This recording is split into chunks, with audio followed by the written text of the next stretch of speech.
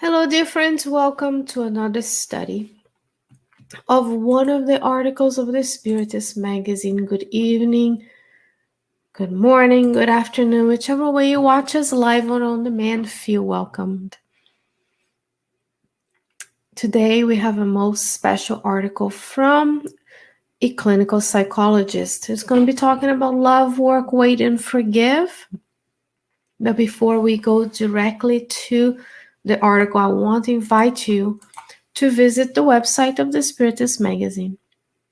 There you'll find links to download the PDF version of the Spiritist Magazine. That's usually what you're going to see next, that I'm sharing and guiding our reflection today. You can also download the app for the Spiritist Magazine for your Android and or Apple devices, where you can read all of the issues of the magazine free of charge at your own convenience, wherever you find it most helpful to you. These studies, of course, also can be found on our Facebook and YouTube pages on our playlist. So if you'd like to take advantage of this work of the good spirits, we encourage you. Another thing you can do if you visit the website of the Spiritist Magazine is to order the physical copy of the Spiritist Magazine. The physical copy of the Spiritist Magazine you would have to purchase.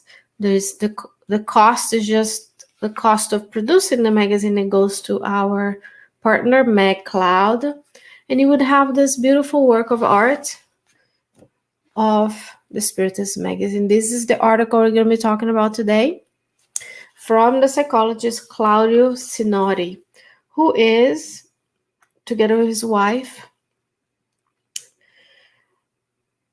leading psychological studies in the works of the works by Joanna de Angelis through the mediumship of Waldo Franco and the mention of the way. This amazing periodical, which is the Spiritist Magazine, high quality. You can have it for your gospel home studies, for your work with the children. Most issues will have a section for children. Issues have sections for adults, teens, all ages, and even sometimes spiritism for parents. Because when we learn this, we can be a better spouse, we can be a better colleague, we can be a better parent, we can be a better child or sibling, so on and so forth. And many of the articles of this issue, I have worked with you. This one about collaboration as well. And another one that we talked about is the article about adversaries. It's also on our playlist. I will put the playlist down once we are done with the studies. So please make sure you take advantage of this beautiful resources. And my copy will be here because that's where I made notes for our discussion. And the most important topic today. This is an article translated from the periodical called Journal of Psychological Studies, issue 75. And this article is titled Love, Work, Wait, and Forgive. What you're seeing on the screen right now is the PDF version of the Spiritist Magazine. That's what I use here every Tuesday. I want to show to you how easy it is to use and read. Yes, I could, and I've done it. I've prepared many good talks out of these articles, and we could have put it on a PowerPoint and discussions on our Spiritist centers, for example, as long as we carefully cite the works that we use, of course. If you go to the Spiritist Magazine, that's what the newest issue looks like. Issue 54. So there are 54 issues, all kinds of topics for all aspects of our lives. When you have something like this in your home, someone comes to visit you, someone is there and they can see it, they can read it, you can gift to others as well. Wonderful, wonderful. So let's go to our article of today. We have poems, we have other messages.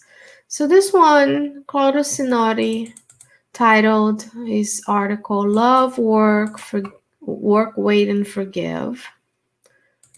First question for us, how are we in matters of loving others, ourselves and others, working, co-creating in goodness with God, waiting for the fruits of our labor to come to fruition, and forgiving. Forgiving not only our own selves from the mistakes, the shame and the guilt that sometimes we feel over the things we've done, but also forgiving others. And those are the 4 pillars of this article by Claudio Sinotti. I want to start with bringing up the first paragraph. He will remind us of love, for love is, par excellence, the power of the universe. Expression of the bond with life and between animate things. It is a sentiment that needs to be cultivated. In its most primitive expressions, it is instinct from which we free ourselves as we evolve. So the first quest is love, but not the carnal, physical love only that we have towards one another on the earth. Truly, love as the power of the universe, or as Leon Denis will say in the book After Death, as the glue that keeps all of the universe together. So love, as Leon Denis explains, has God at its irradiating center. So the center of love that radiates out towards the universe, that reaches you and I through divine providence, is God. So ultimately, the goal is to love as much as God loves you and I today, as much as God had loved us when God created us. So the first thing he's saying is, in this beautiful symbolic image, one of the angels says that when a beast takes care of her young, there is found the beginning of its noble sentiment. As we increase consciousness, love goes through several phases, representing the phases of psychological and spiritual growth of beings. So let's talk about love and its several phases. So which phases of love are we experiencing today in this lifetime? Are we able to already see some growth, some new phases in our own? Emotional development, moral development, physical, intellectual development on this planet. It says love grows through several phases, and he will remind us that initially love presents itself with the natural conflicts of egocentrism, when you have the desire to receive more than give. When we are more emotionally mature, and he's going to bring the example of the child, that the child needs the world to meet his or her own needs. When we are more emotionally, spiritually simpler or more primitive or less evolved, we take a lot. We want the world to fulfill our needs. We want the world to love us. We want the world to fulfill us. Yet, what is it reminding us here is that as we grow, we are in the giving greater than receiving love phase. Let's look at all the books of André Luiz. The beauty of the Spiritist doctrine is that it grows the science. It is in science, ideas are put forward. And unlike sciences, usually the Spiritist doctrine, as codified by Kardec, is not really refuted. It's a growing, it's addition, right? So each layer, each of the superior spirits, knowledge, of course, I'm talking about respectable superior spirits here. In the books of André Luiz, Life in the Spirit World, he's going to remind us that if you go there and look at all of the spiritual admissions that André Luiz participated on, what do you see? You see the mentors of the groups, giving more than they receive. They give instruction, they give inspiration, guidance. They remind folks to see those suffering spirits as suffering spirits, not as enemies or unfortunate beings. So that's one level of love above what you and I may feel. When people are not fulfilling our needs, we don't love them anymore. When they're different, when they look different, they sound different, they have different beliefs, the superior spirits who are guiding those missions, they're already seeing all of us as an opportunity for love, as much as the way a Christ-like spirit like Jesus knows intimately about all of us. And then that's why we're talking about the loving phase of this article here. I'm going to have to decrease so I can go back to the next phase of the article.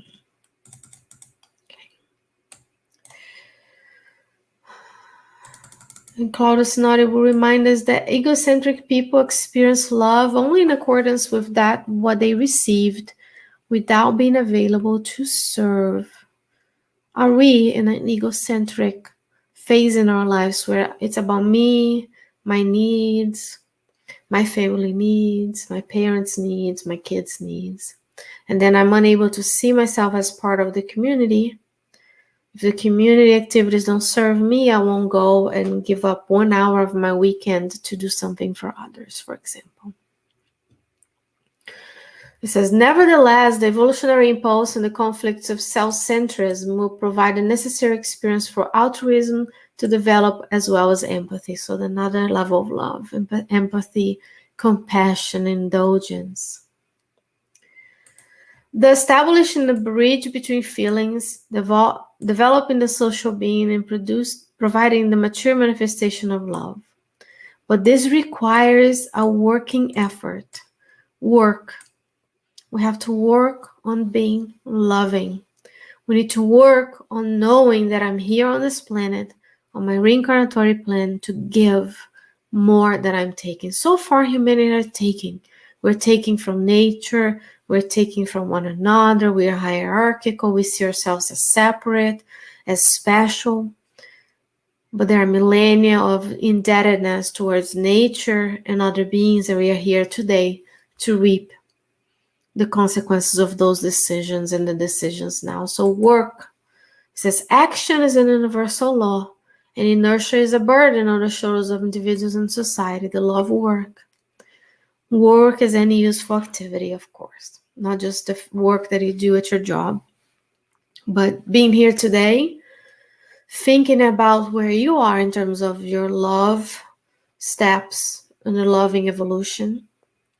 Am I egocentric?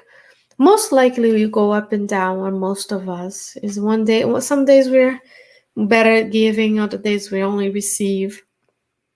Sometimes we go negative and so take. So we're probably on a oscillating daily struggle, as long as the trend is upwards.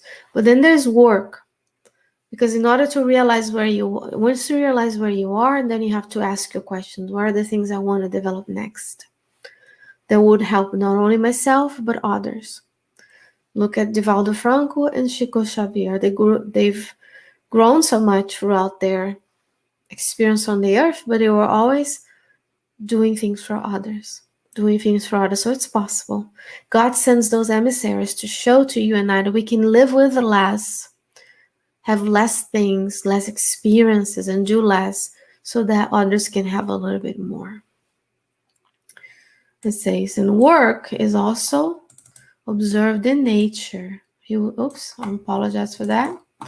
Looks like, and remember, we record this and we are together on the journey. There we go.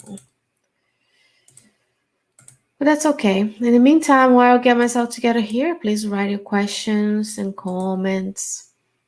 We're always here to listen to you. He says, nature provides us with all the necessary conditions for our development. However, when it gives us the capacity for becoming self-aware, desire will be the force that leads us towards the plenitude to which we are destined. So here's reminding us that you have inside of you the seed or the genes of the divinity, as in the DNA of divinity. So you have the potential for the plenitude, which it is this communion with God, to become a superior spirit and know truly what's your role in the universe and actualize the thoughts and designs of God in whatever you've been trusted to. It says here, although work is seen as part of the development and progress of the collectivity, the work done within, focus on oneself, is of greater importance for the development of the being. So the work we do to make the lives of others better, our missions at work, the things we produce to society to make everything better, but also the inner work. Remember, we start with love and the different phases of love and how we love over time. We go from egocentric to less egocentric. We're receiving more than giving, and then we are able to give more than we receive. That takes inner work, awareness and work, so that I can see these are the things that I have to work on. Then I'm able to seek the help that I need, mentors, counselors. Sometimes the work needs to come with a psychologist, as Claudia Sinot is one. So when we're thinking about I'm responsible for my own development, I can only change the things I do and how I feel and how I react to things. I can guide and should guide others, especially those who are entrusted to us in our family members and friends. But I can't change them, but I can teach them, especially when they're young. Claudia reminds us that transforming oneself requires efforts. It's work. It's a lot of work. It's much easier to go with the flow. Let life lead me. No, we need to have a purpose. We need to stop and see, how am I using the hours of my day? Can I dedicate 15 minutes to reading a message? Like, for example, reading, recording, posting a message from Joanna de Angelis in the book Happy Life? Can I spend some time sending some beautiful messages to my friends?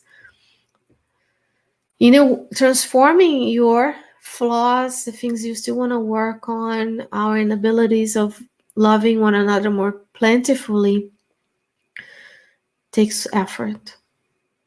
And the one who denies it, having contrary to the very laws of life, chooses the path of conflict.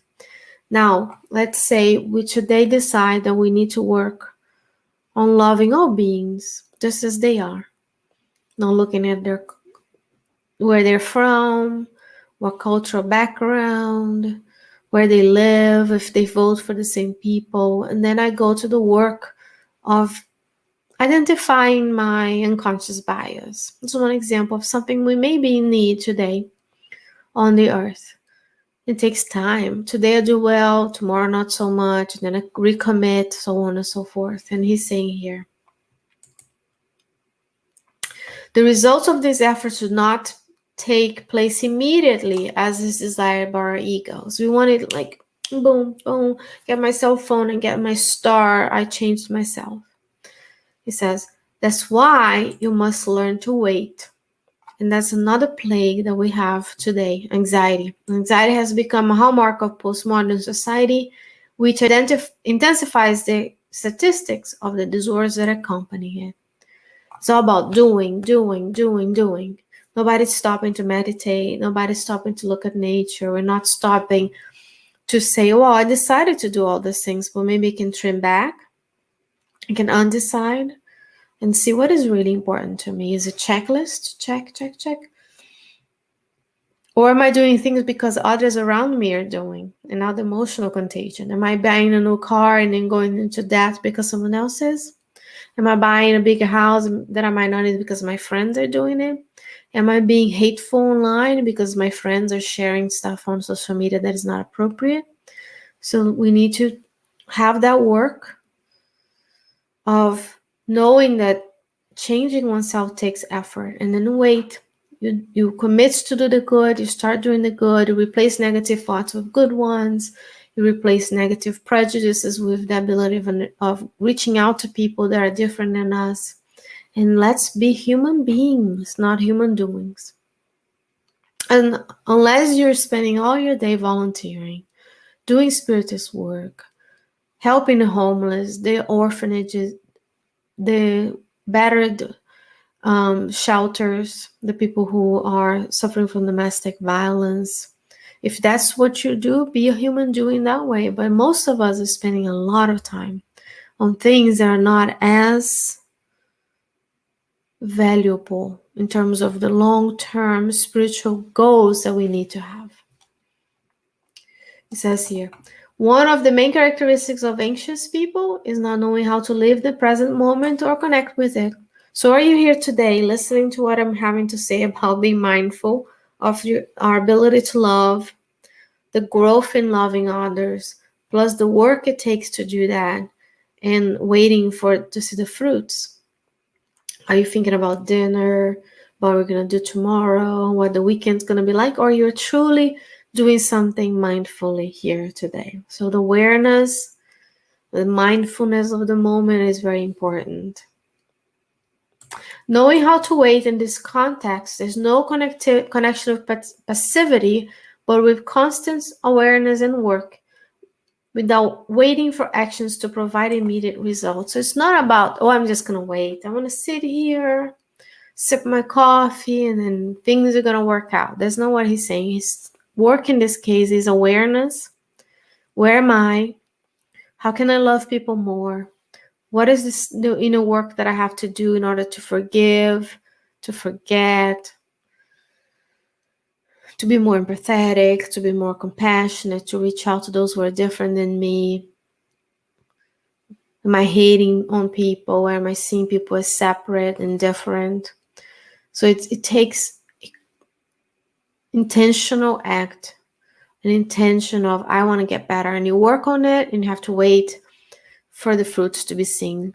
The same way, if you put a seed on the ground today, you're not going to wake up tomorrow and the seed is already a tree giving you fruits, unless you have a superior spirit acting upon the spiritual fluids and making that happen. Most of the time, nature is going to show you that everything has a time and a reason for being. So it's not about being passive and sitting there enjoying life and waiting for the work to come. It says here, in this process, setbacks can always occur, especially in the relationships. So let's say you want to be more loving and kind, but your loved ones are not in the same page, and there's interpersonal relationship problems. And then when we have bickering with one another, we're being less kind and impatient. And he says, and that's why it's important to learn to forgive. Not only a theological recommendation, Jesus told us, right, to forgive 7 times 7 each offense, correct? But especially as a way to maintain physical, emotional, and spiritual health. When you forgive someone, mostly this is a gesture of self-love, because sorrow is an emotional toxin that can cause us to become ill. When we forgive someone, of course, it can benefit the person we are forgiving that hurt us. Well, most of the time, you're freeing yourself from them, an energy, an emotional energy and toxicity that comes from being on that hatred stage of being. And he says, often people become prisoners of past issues, identifying with the suffering generated by someone at some point. So we took a snapshot of someone doing something to us, and then we're still looking at that black and white picture today, 20 years later. Or reverse it. If you did something towards someone that they were hurt by, and you're not even aware, imagine if today they still look at you on that picture. They took you on that day that you weren't being the best of yourself. So if we reversed it, we would like to be forgiven. Sometimes people are walking around minding their own business, and we are unable to forgive them. They're not even aware they hurt us, and vice versa. And he says, certainly there are serious and painful issues, but the more we can release the strength of the conflict that comes to inhabit our intimate world, the more we continue in the journey of life, making ourselves available to the new experiences. Then we work with psychologists, psychiatrists, we go take care of our physical illnesses, we volunteer, which is another component that if I had to make an addendum to this beautiful, masterfully crafted article, to be to love, work, wait, forgive, and serve. Because service is when you remove yourself of your own needs and go help others who have less than you have. It says forgiving in this sense has more connection with what you will do with the feeling that lives in your inner world than with what you do with the other person involved. So let's love. Let's see, where are we in the phases of love and relationships? Let's work. Let's find what is still yet to be developed inside of us in terms of those genes of divinity. Look at the spiritual guidance of the master. Go read books such as Good News, Jesus in the Home, and see how Jesus acted. Do the inner work of improving yourselves, improving your ability to serve. Wait, because it takes effort. It maybe take multiple lifetimes for us to resolve the issues that we have. But work, diligent work, resilience when we have setbacks, and forgive. He says all of these are permanent invitations on life on the path of self-awareness. We want to be self-aware. We want to be able to say, this is who I am. This is how I can serve humanity.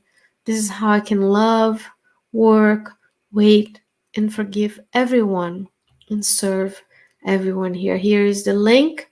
I'm going to encourage you to download your own copy, own PDF of the Spiritist Magazine, so that you can come and read it, reflect, see where you are, make plans to where you want to be. And as always, dear friends, if you have any questions, any comments, please write to us. There's a contact form at the spiritistmagazine.org website. You can leave a comment here. You can also write at kardekradio@gmail.com if you'd like to be a part of the team that translates, revises, graphic work. Go watch our interview with the editor-in-chief. There's always an opportunity for service to the good spirits. It is the most important work of disseminating Spiritism in this world in the English language, a wonderful work of a collaborative work between the superior spirits, the mentors of the magazine, your mentors and my mentors as well. We're all interconnected. We all need to eventually get to a point as a superior spirit, we will love one another unconditionally. Go back to the Spirit's book, question 100, and read the different levels. It's more of an essay than a question about the different types of spirits and the hierarchy of spirits. And then find where you are, go to the top of that list, your second order, and plan. Get your multimillenary plan for the characteristics that the spirits tell us that superior spirits will have one day. And a lot of food for thought. Therefore, I hope that between now and the next time we see one another, you stay well, you stay safe. Please stick around. Our friend Carol Correa will join us with her program on the Divine Laws by Allan Kardec, third part of the Spirit's book. Many other programs at Kardec Radio. I am Sheyne Martin, your host. I'm broadcasting from the Spirit Society of Richmond. It's always an honor and a pleasure to be with you. Until next time, many blessings. Take